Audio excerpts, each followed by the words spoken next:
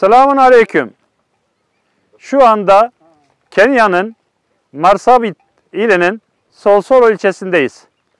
Evimizden buraya uzaklık 6244 kilometre.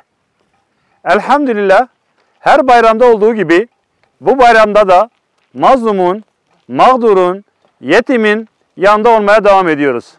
Ve şu arkamda gördüğünüz kurbanlık hayvanlar vekaleti bize verilmiş olan hayırseverlerin için keseceğimiz kurbanlardır. İnşallah Teala gelip yerinde bu hayvanlarımızı gördük. İslami usullere uygun olduğunu, sağlıklı olduğunu birebir inceledik ve bugün bayrama 2 gün kaldı. 2 gün sonra bayram namazını kıldıktan sonra bunları kesmeye ve bunların videolarını çekip hayır sahiplerine göndermeye inşallah Teala başlayacağız. Rabbim şimdiden yaptığınız hayırları kabul eylesin. Rabbim bu hayvanları sizin dünyevi ve uhrevi musibetlerden muhafazanıza vesile eylesin inşallah Teala. Allah'a emanet olun. Kenya'dan hepinize selamlar. Selamun Aleyküm. Yetimler Vakfı olarak şu an Afrika'nın Kenya ülkesinde Marsabit ilinin Sololo ilçesinde bulunuyoruz. Kurban vekaletlerini bize ulaştıran, veren kardeşlerimizin ayırmış olduğumuz kurbanları yerinde inceleyip İslami usullere uygun olup olmadığını tespit etmek adına şu an incelemelerde bulunduk. Allah'a şükürler olsun. Herhangi bir sıkıntımız yok. Allah nasip ederse 2 gün sonra Kurban Bayramı'nda kurbanlarımızı keseceğiz. Fakir, yetim, mazlum insanlara ulaştıracağız inşallah kurbanlarımızı. Allah şimdiden vekaletlerini bize veren, ulaştıran hayır sahiplerinden razı olsun.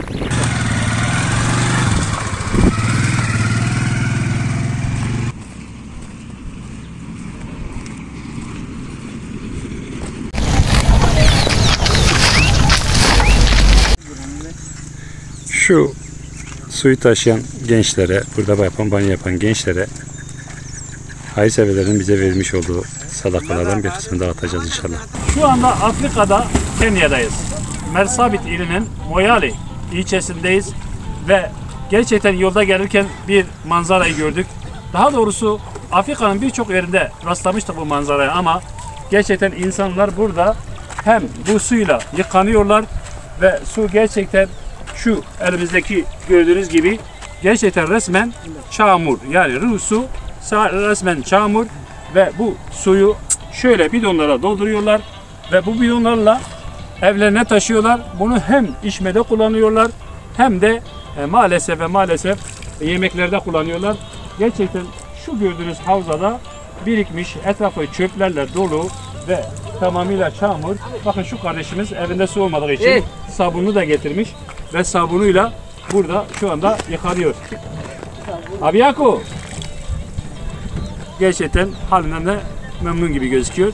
Ama şanslı olanların şöyle merkepleri var arkada. O merkeplere yükleyip götürüyorlar ama kimilerine şu gördüğümüz kardeşimiz gibi merkebi de yok. Şöyle arabaya koyuyor.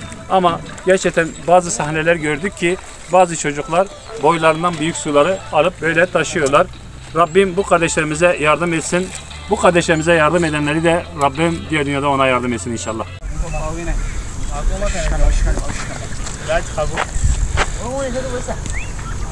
Şu anda Afrika'da, Kenya'dayız ve yolda giderken şu gördüğünüz kirli suda toplayıp o bidonlarına koyup ve aynı zamanda bunları evlerine götürüp içen kardeşlerimizle karşılaştık ve biz de hayır sahiplerimize vermiş olduğu sadakalardan onlara dağıtacağız inşallah.